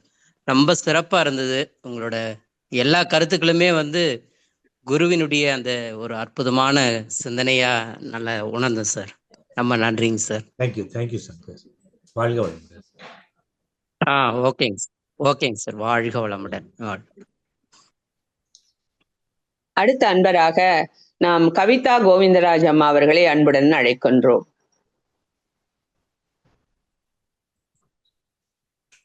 வாழ்க வளமுடன் அம்மா. வாழ்க வளமுடன் ஐயா. வாழ்க வளமுடன்மா. ஐயா, இப்ப ஒருத்தர் எரிஞ்சு விழறாங்க, எது கேட்டாலும்னா உடம்புல ஃபால்ட்டா இல்ல மனசுல அளவுல ஏதாவது மன அழுத்தத்தினால அந்த மாதிரி எரிஞ்சு விழறதுக்கு தோணும். கொஞ்சம் சத்தமா பேசுமா, எனக்கு சரியா கேட்கல. ஐயா, இப்ப நம்ம ஒருத்தர்கிட்ட பேசுறோம்னு வச்சுக்கோங்களேன், எது எடுத்தாலும் எரிஞ்சு விழறது. அப்ப மனசால பாதிப்பா இல்ல உடலால ஏதாச்சும் பாதிப்பு இருந்தா அந்த மாதிரி வருங்களா? இருக்கலாம். இப்போ எரிஞ்சு விழுகிறது நீங்களா எதிரில பேசுபவரா? என்னதுங்கய்யா? இல்ல, நம்ம பேசும்போது எரிஞ்சு விழுந்தா எது பேசினாலுமே நீங்களா இல்ல எதிரில இருக்கவரா? என்னங்கய்யா? எதிரில இருக்கிறவங்க ஐயா. எங்க வீட்டுக்காரனே வச்சுக்கோங்க ஐயா. எங்க வீட்டுக்காரர் அது எப்பவும் அதுதான் நான் சொல்லாம சொல்லிட்டு இருந்தேன். வீட்டுக்காரர் தான் சொன்னேன். வீட்டுக்காரர் தான் விட்டு கொடுக்கணும் கூட நான் அழுத்தி சொன்னேன். புரியுதுங்களா? ரைட், அது உண்மைதான்.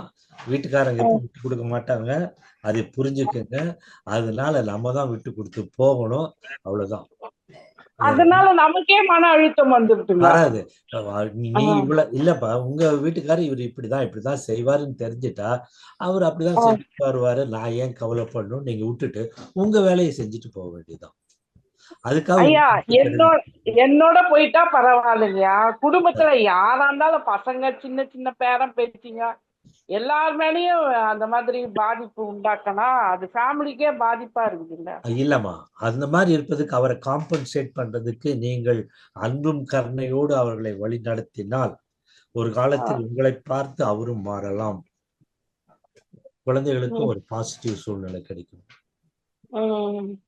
இதனால எனக்கு தான் பாதிப்பா இருக்குது. இனிமேல் வரக்கூடாதுங்கிற. இனிமேல் நீங்க இது இப்படிதான் அப்படின்னு விட்டுட்டு உங்க வேலையை செய்ய ஆரம்பிங்க. அவரை ம். நீங்க மாத்த முடியாது, நீங்க தான் ஆ மாறணும். அதான் நான் இன்னைக்கு சொன்னது. அதனால நீங்க தான் மாறிக்கணும். இது ஒரு பொருட்டாவே எடுத்துக்கங்க. அவர் திட்டினாலும் 5 நிமிஷம் திட்டுங்கன்னு உங்களுக்கு கேட்டே இருங்க. ஆயிடுச்சா, சரி நான் என் வேலையை பார்க்க போறேன்னு கிளம்பிடுங்க. ம். அந்த மனப்பக்குவம் தாங்க ஐயா வரணும் ஆமா, அப்ப அது முதல்ல. வரணும்னு தான் நான் வேண்டிக்கிறேன். அதுக்காக தான் இன்னைக்கு என்னுடைய கிளாஸே. ஏன்னா நம்ம ஆ எப்படி வாழணுங்கிறது தான் கிளாஸ். நான் அதான். இல்லாதது சொல்ல வரல. ஆ வாழ்க வளமுடன். ஆ. வாழ்க வளமுடன் ஐயா. நன்றிகள் ஐயா. வாழ்க வாழ்க வளமுடன் அம்மா. வளமுடன். வாழ்க வளமுடன். வாழ்க வளமுடன் அம்மா. அடுத்த அன்பராக நாம் மதன் மோகன், தஞ்சாவூரிலிருந்து மதன் மோகன் ஐயா அவர்களை அன்புடன் அழைக்கின்றோம். அம்மா வாய்ப்பு நன்றி அம்மா. வாழ் வளரணும்மா. ஐயா வாழ்க டாக்டர் ஐயா வளமுடன். வாழ்வணும் ஐயா. ஐயா உரை மிக சிறப்பான உரை ஐயா. அதாவது இன்றைய நாள் வந்து இறைவன் கொடுத்த பரிசுன்னு சொன்னீங்க. நேற்று நாள் போயிடுச்சு, நாளை ஆமா எப்போதுமே கிடைக்காது தெரியாது. ஆமா இன்றைய நாள் வந்து இன்றைய பொழுது நம்ம இறைவன் கொடுத்த பரிசை நம்ம கரெக்டா யூஸ் பண்ணி சொல்லிருக்கீங்க. நன்றி ஐயா. அதே ஆமா மாதிரி தேவையற்ற பழக்கத்தை விட ஒரு நல்ல பழக்கத்தை புதுசா ஏற்படுத்தி சொன்னீங்க. அது கொஞ்சம் புரியல, சொல்லுங்க. ஆமா. அது எப்படிங்க சொல்லுங்க. அதாவது தேவையற்ற பழக்கம். தேவையற்ற பழக்கம் அப்படிங்கிறது வந்து நமக்கு அது தேவையற்றதா தேவையில்லாதன்னா கூட தெரியாம போயிரும். ஆனா நம்ம முயற்சி செய்து அந்த எண்ணம் சொல் செயலில் நேராக நின்று நிஷ்காமிக்கமோடு நீங்கள் வாழ்ந்து கொண்டிருந்தால் தீய எண்ணங்கள் உங்களுக்கு வரவே வராது. ஆட்டோமேட்டிக்கா போயிடும். சரிங்க நம்ம கொண்டு போறதை விட நம்ம வாழும் வாழ்க்கையில் அதை அகன்று விடும் என்பதுதான் உண்மை. சரிங்க சரிங்க. நன்றி நன்றி ஐயா. நன்றி ஐயா. நம்மளா தள்ளி வைக்க முடியாதுங்க. அதான் நடக்கணும். அதான் நடக்கணும்னா நம்ம வாழ்க்கையை போகும்போது தேவையில்லாதெல்லாம் அதாகவே ஒதுங்கி விடும் என்பது. ஒதுங்கி விடும் அதிர்ஷ்டம் எனக்கு வரும். சரிங்க. நன்றி நன்றி. இந்த அதிர்ஷ்டம் வருங்கிறது யாரும் நம்ப மாட்டீங்க. ஆனா நான் 75 வயசுல வாழ்ந்த வாழ்க்கையில எனக்கு கிடைத்தது அனைத்துமே என் முயற்சியினால் இல்லை, என்னுடைய அதிர்ஷ்டங்கள் என்று சொல்வேன். அதற்கு காரணம் நான் நேர்மறையாக வாழ்ந்த வாழ்க்கை. தினந்தோறும் இறைவன் கொடுத்த நாட்களே அதிர்ஷ்டம் தானே ஐயா. இன்னைக்கு போய் உயிரோட இருக்கோம். இறைவன் கொடுத்த கொடை தானே ஐயா, பரிசு தானே ஐயா. ஆமா ஆமா உண்மை. அனைவரும் பாக்கியசாலி அதிர்ஷ்டசாலியும் ஐயா. நன்றி நன்றி. வாழோட நன்றி ஐயா. அறியாம அருமையான விளக்கம் ஐயா. அம்மா வாய்ப்பு நன்றி அம்மா. வாழோட வாழ்க வளமுடன் ஐயா. வாழ்க வளமுடன். அடுத்த அன்பராக சாம்சங் என்ற பெயரில் இணைந்துள்ள அன்பரை அன்புடன் அழைக்கின்றோம்.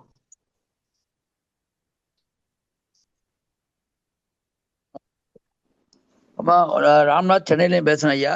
வாழ்க்கை எனக்கு 29 வயசு ஆச்சு. நீங்க சொன்னீங்க நிகழ்காலம் மறந்த காலம், நிகழ்காலம் ஒன்று தான் நல்லதுன்னு. ஸோ வரப்போது நினைக்காதீங்க. இப்போ ஃபியூச்சர்ல பிளான் பண்ணோம்னாக்கா வருங்காலம் நினைக்கணும். ஃபியூச்சர் எப்ப பிளான் பண்ணுவீங்க? நிகழ்காலத்தில் தான் பிளான் பண்ண முடியும். பார்த்துக்கலாம்னு விடக்கூடாது. ஓஹோ, தேங்க்யூ சார். நல்ல ஆன்சர் சார். Thank you sir. வாழ்க வளமுடன் சார். இன்னைக்கு தான் ஆரம்பிக்கணும், நாளைக்கு போஸ்ட்போன் பண்ணாதீங்க. இல்ல இப்ப சின்ன வயசுலயே என்ன பிளான் பண்ணாதான் அந்த ஏஜ்ல பண்ணலாம்னு ஒரு நடக்கும். பிளான் பண்ணணும், எக்ஸிக்யூட் பண்ணணும். இப்ப பிளான் பண்ண சொல்றேன். இப்ப வயசாயிடுச்சு. இல்ல சின்ன வயசுல பிளான் பண்ணியிருந்தாக்கா நல்லது நடந்துக்கலாம்னு சொல்றேன். நல்ல நிச்சயம் நடக்கும். அதுக்காக இப்ப நேர்காலத்தை யோசிக்கிறீங்க. அதையும் அப்பப்போ அதையும் யோசிக்கணும். Okay sir. தேங்க்யூ. நன்றி ஐயா. வாழ்க வளமுடன்.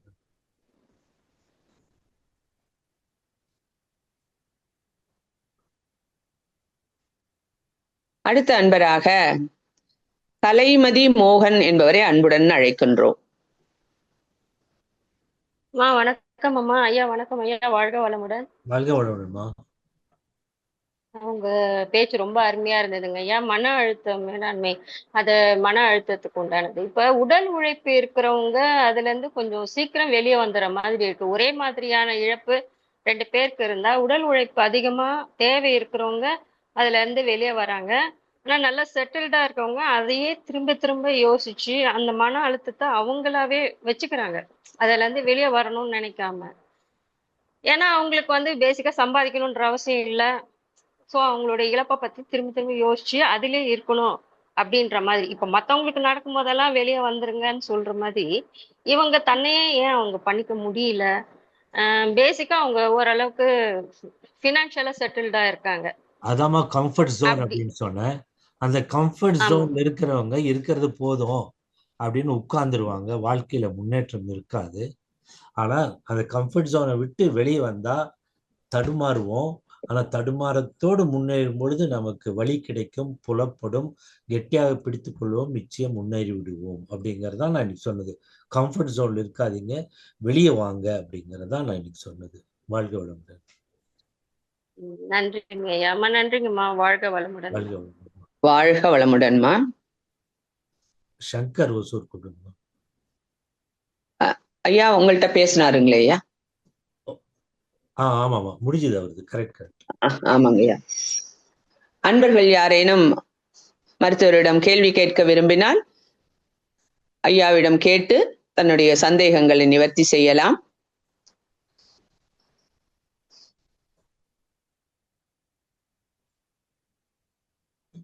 மல்லிகா என்ற பெயரில் இணைந்துள்ள அம்மா அவர்களை அன்புடன் அழைக்கின்றோம். ஐயா வாழ்க வளமுடன் ஐயா.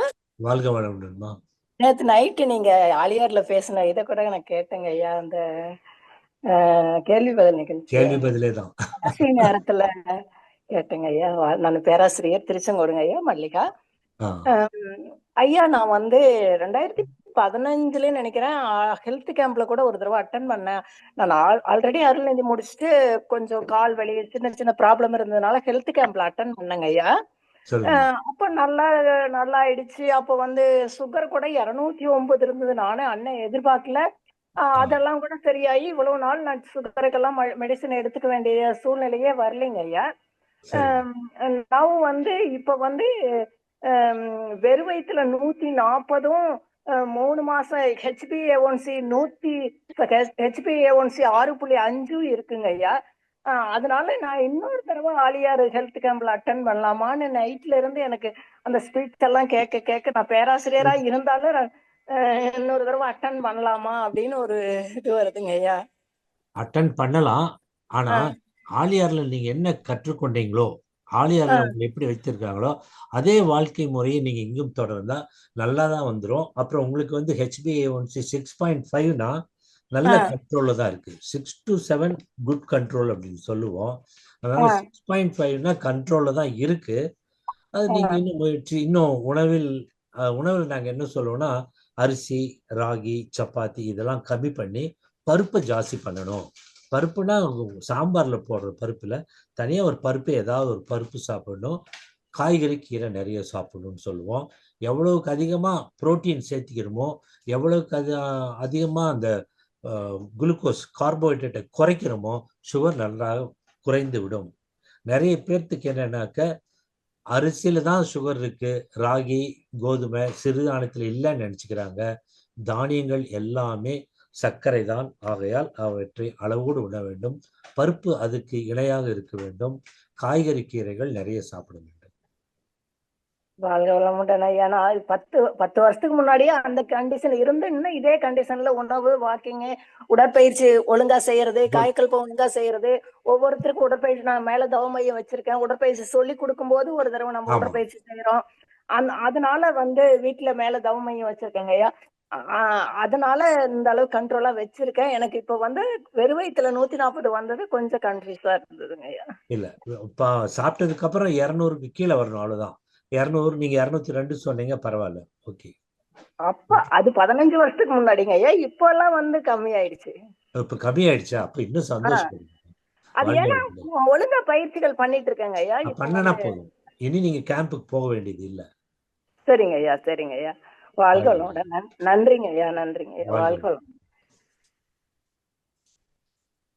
அடுத்த அன்பராக செவ்வேல் ஐயா அவர்களை அன்புடன் அழைக்கின்றோம். நன்றிங்க அம்மா, நன்றிங்க. வாழ்க வளமுடன் அம்மா. வாழ்க வளமுடன் அம்மா. வாழ்க வளமுடன் ஐயா. சிறப்பாக இருந்தது. வயசானவங்களா ஐயா, அவங்களுக்கு ப்ரெஷர் அதிகமாயிடுது. அதுக்கு ஆங்கில மருத்துவத்துல டேப்லெட் தான் சாப்பிடணும்னு சொல்றாங்க. அந்த சப்போஸ் டேப்லெட் எடுக்கலாம், சிலவங்களுக்கு இந்த மயக்கங்கள் கீழே தள்ளிடுது. ஆனா அந்த வயசானவங்க தொடர்ந்து அந்த டேப்லெட் எடுத்துக்கொண்டு தான் வரணுங்களா? அதுக்கு மாற்று இது எதுவும் கிடையாதுங்களா ஐயா? ஒரு சில டேப்லெட்டுக்கு அந்த மயக்கம் வரும். அதனால டாக்டரை பார்த்து மயக்கம் வராத அந்த மாத்திரையை வாங்கி கொடுங்க. நிறைய ஹைப்பர் டென்ஷன் டேப்லெட்ஸ் இருக்கு. எது உங்களுக்கு செட் ஆகுதுன்னு டாக்டர் கன்சல்ட் பண்ணி மாற்றிட்டீங்கன்னா நல்லது. அதே சமயத்துல பிபி அதிகமா இருந்தா உணவு கட்டுப்பாடு நிச்சயம் இருக்கணும்.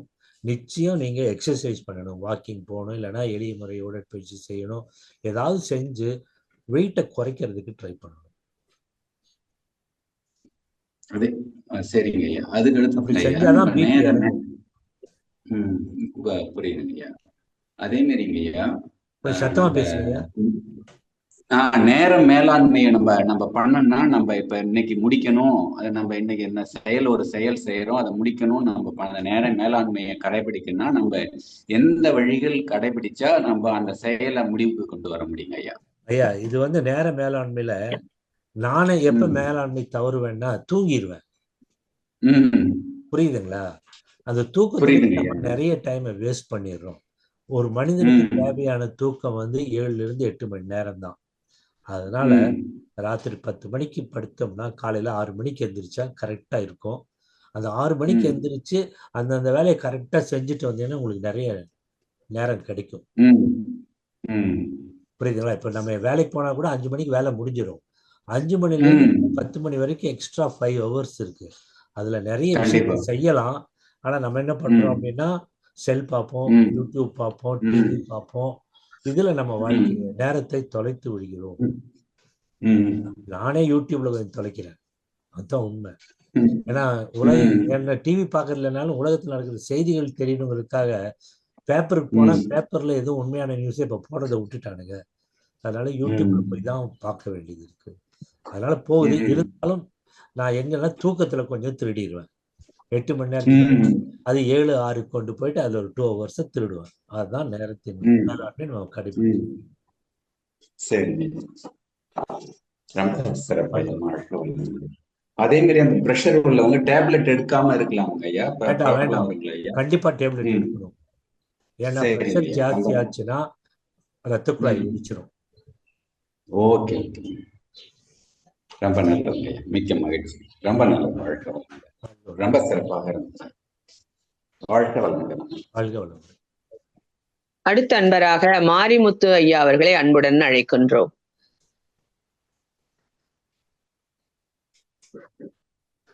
ஐயா வாழ்க வளமுடன். வாழ்க வளமுடன் ஐயா.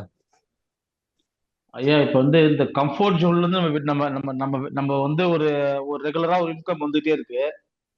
அந்த ரெகுலர் இன்கம் வந்து நம்ம ஒரு புதுசா மனசுல ஒண்ணு பண்ணணும்னு நம்ம சொந்தமா பண்ணணும்னு நம்மளுக்கு வருது அந்த எண்ணம். அப்ப நம்ம வெளில வந்துட்டு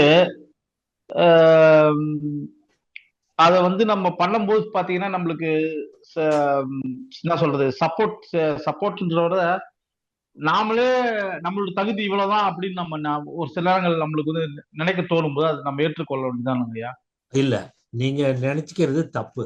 உங்களுக்கு தகுதி இல்லைங்கிறது உங்களுக்கு தெரியாது. நீங்க ஒன்றை அடைக்கும் போதுதான் நம்ம கூட இது செஞ்சிட்டோமான்னு தோணும். அதனால தகுதி இருக்கு இல்லைங்கிறத யோசிக்காதீங்க. 1000 படி ஏறணும்னா முதல் படியிலயாவது எடுத்து வைங்க. அப்பதானே அடுத்த படிக்கு போவோம். அதை விட்டு போட்டு இல்ல, முதல் படியில இல்லங்கய்யா, முதல் படியில எடுத்து வச்சாச்சு. நம்ம எடுத்து வைக்கும் போது அதுக்கான ஒரு சூழ்நிலை உருவாகும் போது நம்ம அது காலம் தான் பதில் சொல்லுமா அப்படின்றது நான் சில முயற்சி எடுக்கும் போது அந்த பயத்தோட நீங்க வேலை செய்யும் பொழுது அந்த தொழிலை கற்று விடுவீர்கள். அந்த தொழில் உங்களுக்கு புரிய ஆரம்பிக்க கம்ஃபர்ட் ஜோன்ல இருந்து லேர்னிங் ஜோன், கற்றுக்கொள்ளும் நிலைக்கு நீங்க போயிடுவீங்க. பயத்திலிருந்து தாண்டி போயிடுவீங்க. அந்த வேலையை நல்லா புரிஞ்சுக்குவீங்க. நல்லா பயணப்படும். உதாரணமா எனக்கு ரிலேஷன் ஒருத்தர் வந்து காலேஜ்ல லெக்சரரா இருந்தாரு, பிரைவேட் காலேஜ்ல. நான் சொன்னேன், உன் படிப்புக்கு வேற 25,000 சம்பளத்துக்கு இருக்கிறியே, கம்ஃபர்ட் ஜோன்ல இருக்காத, வெளியே வான்னு நான் சொன்னேன். வெளியே வந்தவர் ஒண்ணுமே இல்லை, ஒரு பேக்கரி, சின்ன பேக்கரி ஆரம்பிச்சாரு. இன்னைக்கு ஊர் பூரா 4-5 பேக்கரி வச்சிருக்காரு. அந்த கல்லூரியிலேயே இருந்திருந்தாலும் இந்த வளர்ச்சி இருந்திருக்காது.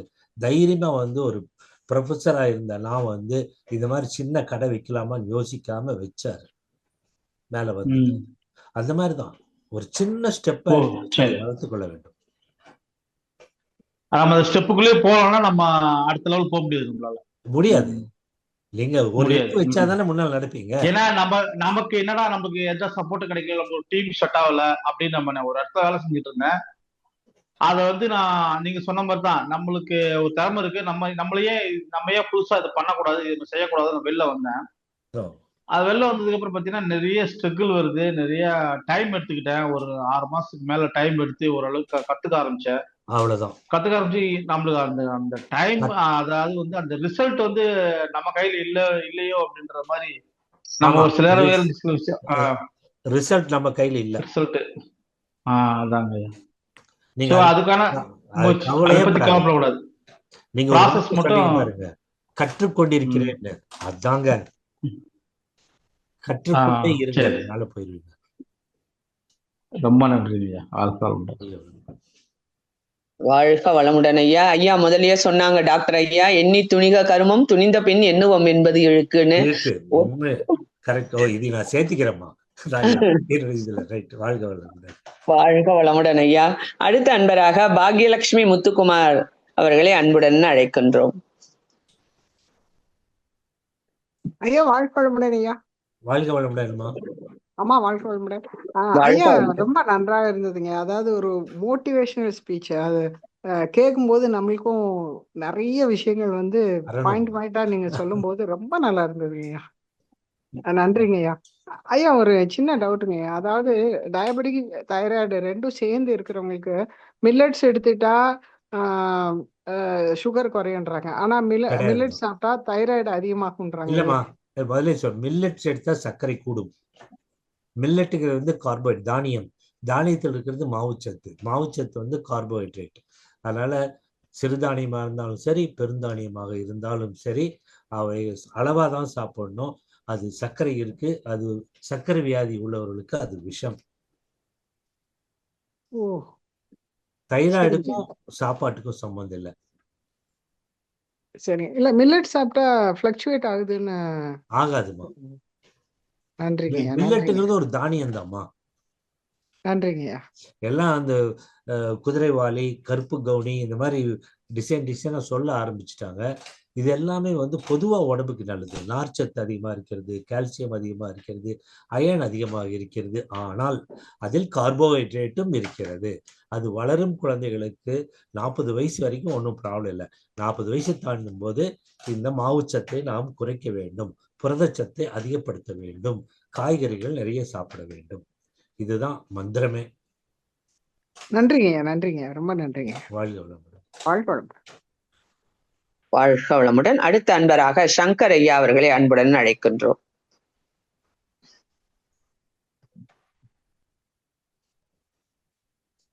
சங்கர் ஐயா மீண்டும் இணைப்புல இருக்கிறீங்க. வாழ்க வளமுடன். பேசுங்க அப்படியே.